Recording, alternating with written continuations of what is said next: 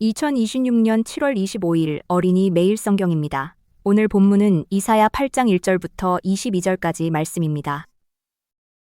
주님께서 나에게 말씀하셨다. 너는 큰 서판을 가지고 와서 그 위에 두루 쓰는 글자로 마헬살랄 하스바스라고 써라. 내가 진실한 증인 우리야 제사장과 여베레기야의 아들 스가랴를 불러 증언하게 하겠다. 그런 다음에 나는 예언자인 나의 아내를 가까이 하였다. 그러자 그 예언자가 임신하여 아들을 낳았는데 그때에 주님께서 나에게 이렇게 말씀하셨다. 그의 이름을 마헬살랄 하스바스라고 하여라. 이 아이가 아빠, 엄마라고 부를 줄 알기도 전에 아시리아 왕이 다마스쿠스에서 빼앗은 재물과 사마리아에서 빼앗은 전리품을 가져갈 것이다. 주님께서 또 나에게 말씀하셨다. 이 백성이 고요히 흐르는 실로와 물은 싫어하고 르신과 르말리아의 아들을 좋아하니 나 주가 저 세차게 넘쳐 흐르는 유프라테스 강물 곧 아시리아 왕과 그의 모든 위력을 이 백성 위에 뒤덮이게 하겠다. 그때에 그 물이 온 색강을 뒤덮고 둑마다 넘쳐서 유다로 밀려들고 소용돌이 치면서 흘러 유다를 휩쓸고 유다의 목에까지 찰 것이다. 임마누엘, 하나님께서 날개를 펴셔서 이 땅을 보호하신다. 너희 민족들아, 어디 전쟁의 함성을 질러보아라. 패망하고 말 것이다. 먼 나라에서 온 민족들아, 귀를 기울여라. 싸울 준비를 하여라. 그러나 마침내 패망하고 말 것이다. 싸울 준비를 하여라. 그러나 마침내 패망하고 말 것이다. 전략을 세워라. 그러나 마침내 실패하고 말 것이다.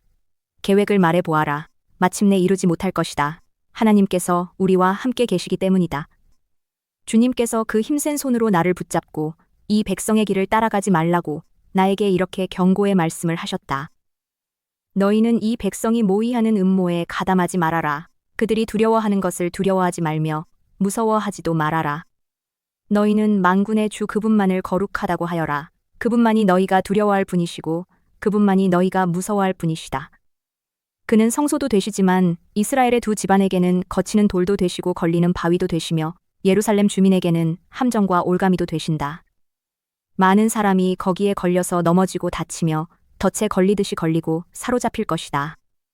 나는 이 증언 문서를 밀봉하고 이 가르침을 봉인해서 나의 제자들이 읽지 못하게 하겠다. 주님께서 비록 야곱의 집에서 얼굴을 돌리셔도 나는 주님을 기다리겠다. 나는 주님을 의지하겠다. 내가 여기에 있고 주님께서 나에게 주신 이 아이들이 여기에 있다. 나와 아이들은 시온산에 계시는 만군의 주님께서 이스라엘에게 보여주시는 살아있는 징조와 예표다. 그런데도 사람들은 너희에게 말할 것이다. 속살거리며 중얼거리는 신접한 자와 무당에게 물어보아라. 어느 백성이든지 자기들의 신들에게 묻는 것은 당연하다. 산자의 문제에 교훈과 지시를 받으려면 죽은 자에게 물어보아야 한다. 이렇게 말하는 자들은 결코 동트는 것을 못 볼 것이다.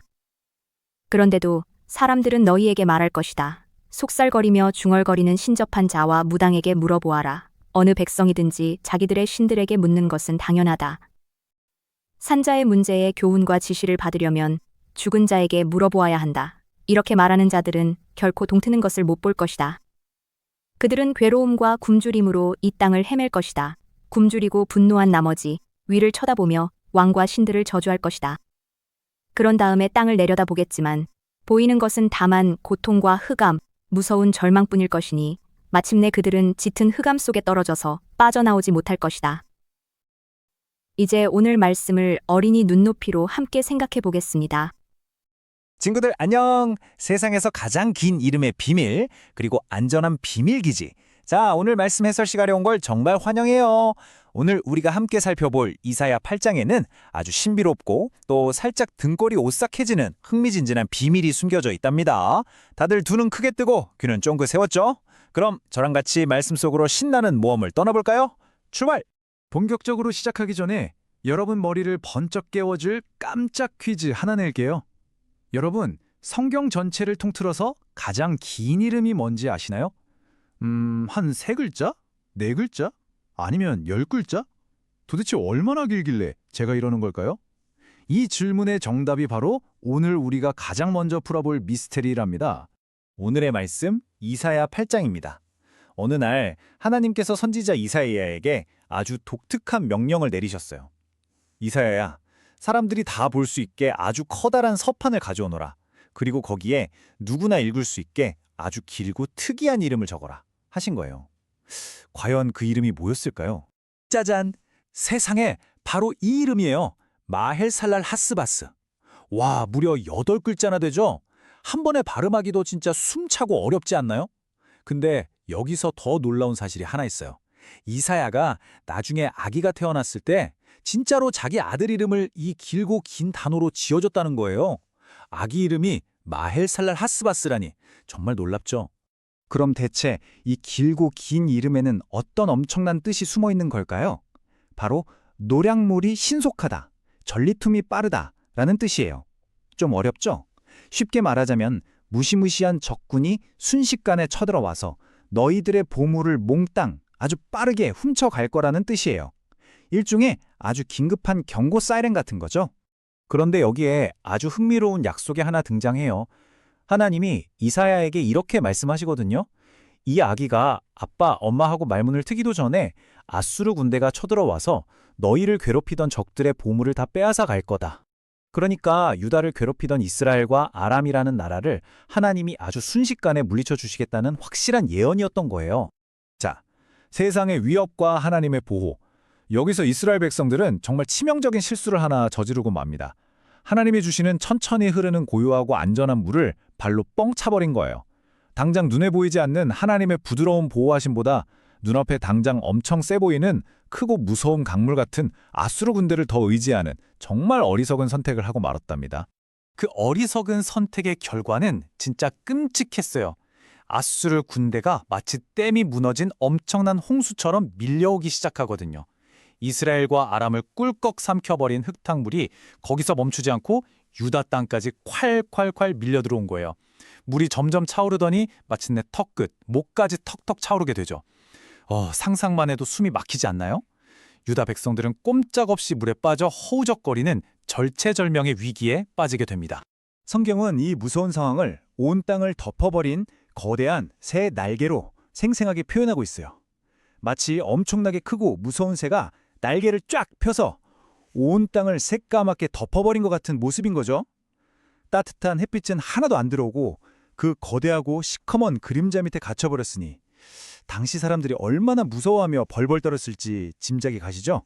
하지만 여러분, 너무 무서워하지 마세요. 여기서 오늘 본문의 가장 아름다운 반전이 등장하거든요. 물이 목까지 차오르고 사방이 캄캄해진 그 가장 무서운 순간에 성경은 임마누엘을 부릅니다. 맞아요. 하나님이 우리와 함께 계시다라는 뜻이죠. 세상에 그 어떤 거대한 홍수가 밀려와도 임마누엘 하나님은 자기 백성을 절대 포기하지 않으시고 곁에서 지켜주시는 분이시랍니다. 자, 이 놀라운 사실을 통해 우리가 꼭 기억해야 할 단 하나의 진리가 있습니다. 우리가 살아가면서 진짜로 두려워하고 굳게 믿어야 할 분은 딱 한 분뿐이라는 거예요. 세상에 힘센 군대나 우리를 덮칠 것 같은 홍수가 아니라 오직 단 한 분, 바로 만군의 여호와 하나님뿐이라는 사실을 잊지 마세요. 그래서 이사야 8장 13절은 이렇게 말씀합니다. 만군의 여호와 그를 너희가 거룩하다 하고 그를 너희가 두려워하며 무서워할 자로 삼으라. 여러분, 여기서 하나님을 두려워하라는 건요, 막 귀신 보고 덜덜 떠는 그런 공포가 아니에요. 너무나도 크고 위대하신 하나님을 내 삶의 최고로 보시고 마음 아주 깊은 곳에서부터 찐으로 존경하는 마음, 바로 거룩한 경외심을 뜻하는 거랍니다. 재미있는 건요, 우리의 믿음에 따라 하나님은 완전히 다른 두 가지 모습이 되신다는 거예요. 하나님을 굳게 믿고 의지하는 사람에게는 성소, 즉 그 어떤 나쁜 적도 쳐들어올 수 없는 튼튼하고 안전한 비밀기지가 되어주십니다. 반대로 하나님을 안 믿고 무시하는 사람들에게는 길 가다 쿵 하고 넘어지게 만드는 걸림돌이나 함정이 되시는 거죠. 여러분은 어떤 쪽이 되고 싶나요? 당연히 비밀기지 쪽이겠죠. 그런데 정말 안타깝게도 상황이 조금만 힘들고 무서워지면 어리석은 사람들은 자꾸 엉뚱한 곳을 기웃거려요. 살아계신 하나님께 기도할 생각은 안 하고 이상한 소리를 중얼거리는 점쟁이나 무당을 찾아가서 도와달라고 빌죠. 하나님은 이걸 아주 엄격하게 혼내십니다. 살아계신 능력을 놔두고 죽은 영들에게 앞길을 묻는 건 진짜 바보 같고 위험천만한 행동이거든요. 만약 하나님의 말씀을 무시하고 그런 이상한 것들만 졸졸 쫓아다니면 어떻게 될까요? 아주 슬픈 결말이 기다리고 있습니다. 길을 잃어서 캄파란 어둠 속을 헤매게 되고요. 너무 굶주려서 화가 잔뜩 날 거예요. 위를 쳐다봐도 아래를 내려다봐도 보이는 건 무섭고 절망적인 흑암뿐이죠. 길을 비춰줄 손전등 하나 없이 아주 깊고 까만 동굴에 갇혀버린 것과 똑같아요. 상상만 해도 너무 끔찍하죠. 자, 그래서 오늘 해설의 가장 핵심 포인트! 성경은 우리에게 이렇게 강력하게 외칩니다. 마땅히 율법과 증거의 말씀을 따를지니! 맞아요. 우리 삶에 거친 홍수처럼 무서운 일이 닥칠 때 엉뚱한 세상의 방법이나 다른 사람의 힘에 기대지 말고 오직 우리의 생명의 빛이 되시는 하나님의 말씀, 바로 성경책을 딱 펼치고 하나님만 의지해야 한다는 뜻입니다. 이제 오늘 해설을 마무리하면서 여러분의 마음에 콕 박힐 중요한 질문을 하나 던질게요. 여러분에게 무섭고 힘든 일이 생길 때 세상의 방법을 이리저리 찾아다닐 건가요? 아니면 하나님의 말씀을 가장 먼저 펼쳐볼 건가요? 저는 우리 친구들이 오늘부터 오직 임마누엘 하나님만을 꽉 믿고 언제나 말씀을 붙잡아서 하나님을 나의 가장 든든한 안전한 비밀기지로 삼기를 진짜 응원할게요. 그럼 오늘 해설은 여기까지. 우리는 다음 시간에 또 생명의 말씀으로 만나요. 안녕! 이어서 오늘의 성경 읽기입니다. 전도서 10장에서 12장 말씀입니다. 향수에 빠져 죽은 파리가 향수에서 악취가 나게 하듯이 변변치 않은 적은 일 하나가 지혜를 가리고 명예를 더럽힌다. 지혜로운 사람의 마음은 옳은 일 쪽으로 기울고 어리석은 사람의 마음은 그릇된 일 쪽으로 기운다. 어리석은 자는 길을 갈 때에도 생각 없이 자기의 어리석음을 누구에게나 드러낸다. 통치자가 너에게 화를 낼 때에 너는 내 자리를 뜨지 말아라. 침착하면 큰 잘못을 막을 수 있다. 내가 세상에서 본 잘못된 일 또 하나는 역시 통치자에게서 볼 수 있는 크나큰 허물이다. 어리석은 사람을 높은 자리에 앉히고 존귀한 사람을 낮은 자리에 앉히는 것이다. 내가 보니 종은 말을 타고 상전은 종처럼 걸어다니는 일이 있더라. 구덩이를 파는 자는 거기에 빠질 수가 있고 담을 허무는 자는 뱀에게 물릴 수가 있다. 돌을 떠내는 자는 돌에 다칠 수가 있고 나무를 패는 자는 나무에 다칠 수가 있다. 도끼가 무딘데도 그날을 갈지 않고 쓰면 힘이 더 든다. 그러나 지혜는 사람을 성공하도록 돕는다. 뱀을 부리지도 못하고 뱀에게 물리면 뱀을 부린다는 그 사람은 쓸데가 없다. 지혜로운 사람은 말을 해서 덕을 보고 어리석은 사람은 제 입으로 한 말 때문에 망한다. 어리석은 자의 입에서 나오는 말은 어리석음으로 시작해서 사악한 광기로 끝난다. 그런데도 어리석은 자는 말을 하고 또 한다. 무슨 일이 일어날지 아는 사람은 없다. 앞으로 일어날 일을 말해줄 수 있는 사람이 누구인가? 제 집으로 가는 길조차 못 찾는 어리석은 자는 일을 해도 피곤하기만 하다. 왕은 어리고 대신들은 이른 아침부터 잔치에 빠져있는 나라여 너는 저주를 받을 것이다. 왕은 출신이 고귀하고 대신들은 취하려고 해서가 아니라 건강을 지키려고 제때에 먹는 나라여 너는 복을 받을 것이다. 게으른 자의 집은 들보가 내려앉고 손이 놀면 지붕이 샌다. 잔치는 기뻐하려고 버리는 것이다. 포도주는 인생을 즐겁게 하고 돈은 만사를 해결한다. 마음속으로라도 왕을 욕하지 말며 잠자리에서라도 존귀한 이를 저주하지 말아라. 하늘을 나는 새가 내 말을 옮기고 날짐승이 내 소리를 전할 것이다. 돈이 있으면 무역에 투자하여라. 여러 날 뒤에 너는 이윤을 남길 것이다.